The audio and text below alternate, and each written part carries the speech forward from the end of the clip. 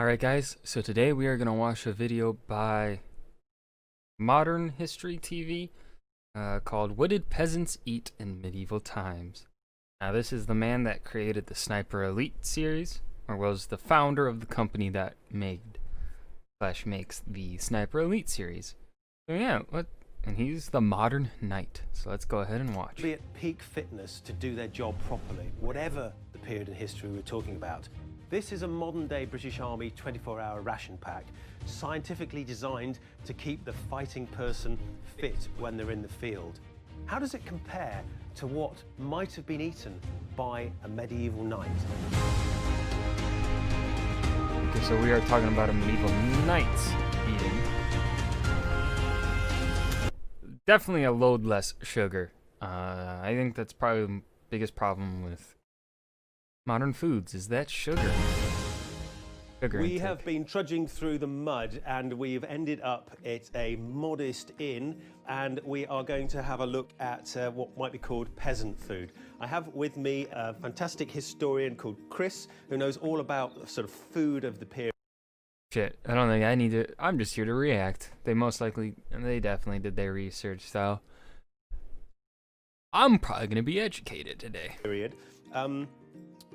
We've got what looks quite simple sort of set of things here. Do you want to sort of go through them and explain? It looks like bread. Absolutely, yes. Bread was actually a distinguisher of status in the Middle Ages. And This is a lower end bread. It's made with barley flour and with rye. Yeah. It's sort of brown coloured, which sort of in our era sort of is posh bread, isn't Absolutely, it? it's entirely the opposite way around. Right. In the Middle Ages, the browner your bread, the poorer you were. Right, interesting. That's rather lovely. I'd like that. I probably paid more at the supermarket for it. Absolutely. But back then... But back then, this is the food of the peasant. Right. Because there's more effort that goes into producing white flour. Right, White flour I see. is just brown flour that's been sieved and all the goodness taken out of it. Yeah. Okay, so bread. Yeah, so I think my thought would be then, what I know of food making, I guess, from back then is, it would be the lower end food would be more mixed with like kind of leftover stuff, the cheaper kind of things, kind of stuff like that. So like rye, barley, like she said. We have ale in the cup. Fantastic. So you could drink booze at at meals, or Yes, most people drank beer. There is a popular misconception that nobody drank water in the Middle Ages. This is not actually true. If you had a good source of water, you would drink water. right. Yeah. If you didn't, you would drink beer, and you might start drinking beer from the age of about 5. Is it similar to the beer we had today, or did it vary hugely? Presumably, It was from place to place? it was very regional. It would Right. depend on the quality of your barley, your hops. I also noticed you had fish there. So I'm curious then how prevalent, 'cause obviously that misconception of, no, yeah, they drink water. We've known how to also like kind of clean water, boil it, etc., to make it drinkable for a long, long time. And also for the most part, you're not gonna have, if you don't have access to clean water, drinkable water, you're most likely not gonna settle there. You're gonna settle in an area where you know you can get some sort of clean water. It's in some sort of vicinity. And that looks like salmon to me, chunky steaks of salmon. It is indeed salmon, yes. Salmon in the Middle Ages was peasant food because it was freely available in rivers. So yet again, a kind of reversal of what we expect. So salmon today is very expensive. Those are probably quite expensive chunks of salmon. And we have brown bread, we have booze, beer, and we've got salmon. So Yes. that's actually seems like quite a hearty meal. It's quite nice, yes. And you've got some little bit of greenery and things Yeah, here. What were you going to do with this? Well, you're going to do this. Okay. This is your hard work for them. You're going to have to earn your supper. This is actually sorrel that I picked from my garden yesterday. Right. And you're going to grind it up. There's some salt in there. And you're going to grind it. Yes. And then we're going to strain it through this piece of linen cloth. And that is sorrel sauce. Sorrel sauce. From an absolutely genuine medieval recipe.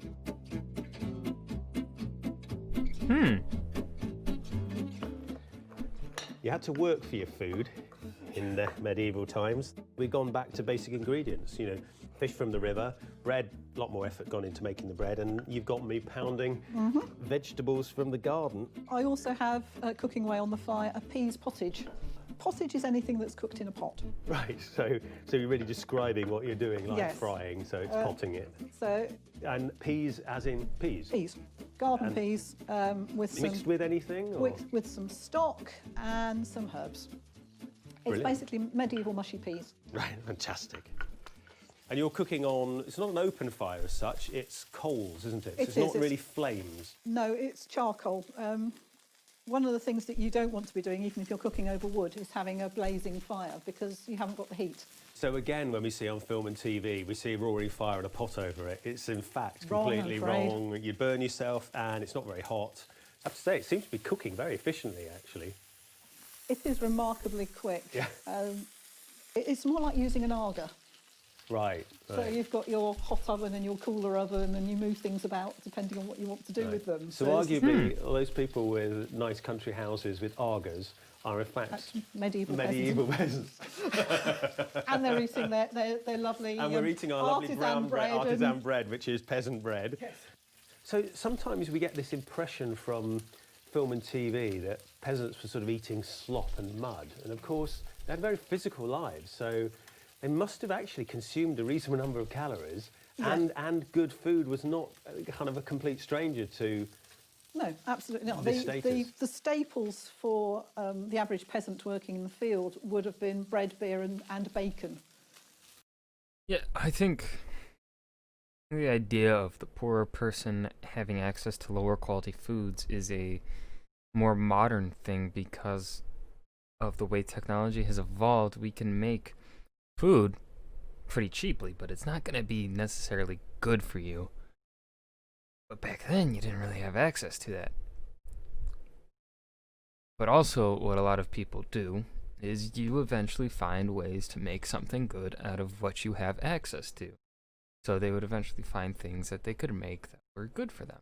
Bread, Most- beer, Or and what that bacon. was Most very people good reared a to pig enjoy. behind their house. Right, because Which would- pigs eat a lot of waste. Yes, and the pig would have been slaughtered at the beginning of the winter, possibly. So you didn't keep it over the winter, No. you just... Right, Because then you have to feed it over the winter. right. You slaughter it And salt it or and smoke salt it or... smoke bits of it to make the bacon.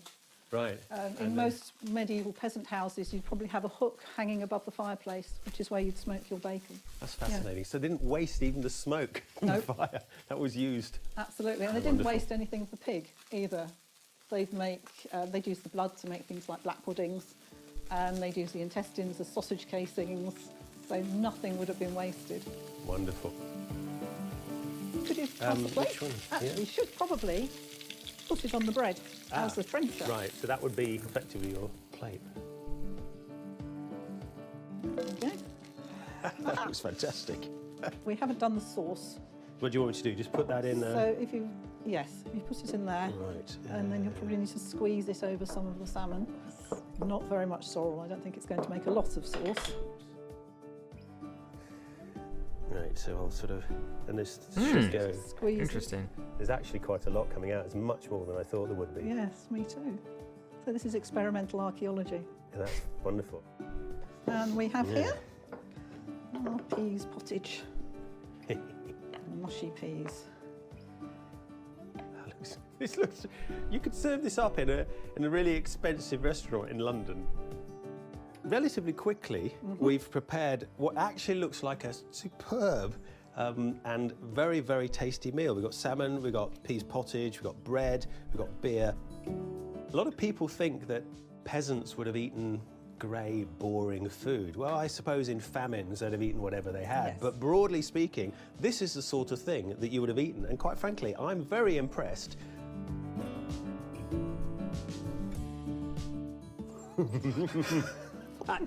That's delicious. Well done. Absolutely delicious. In fact, I'm more impressed now because it's so simple. The sorrel has worked incredibly well with the fish. The peas pottage is absolutely lovely. Obviously, a lot of this food goes into working. You're going to be working in the fields, doing a lot more physical things, shifting and carrying stuff, walking everywhere.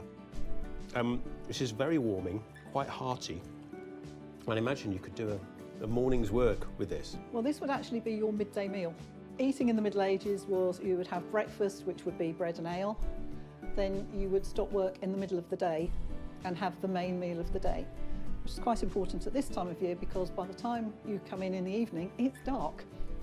Right. And again, you'd probably have something like bread and cheese or bread and some ham. You'd have a cold meal. So you eat your main meal in the middle of the day when you can see what you're eating. Right. And then you've got you've done half a day's work. Yes. Fill yourself up, fill your petrol tank filled with lovely food, rest a little bit, then go Yes. back out and do what you're doing. Because they Absolutely. live very external lives. They did.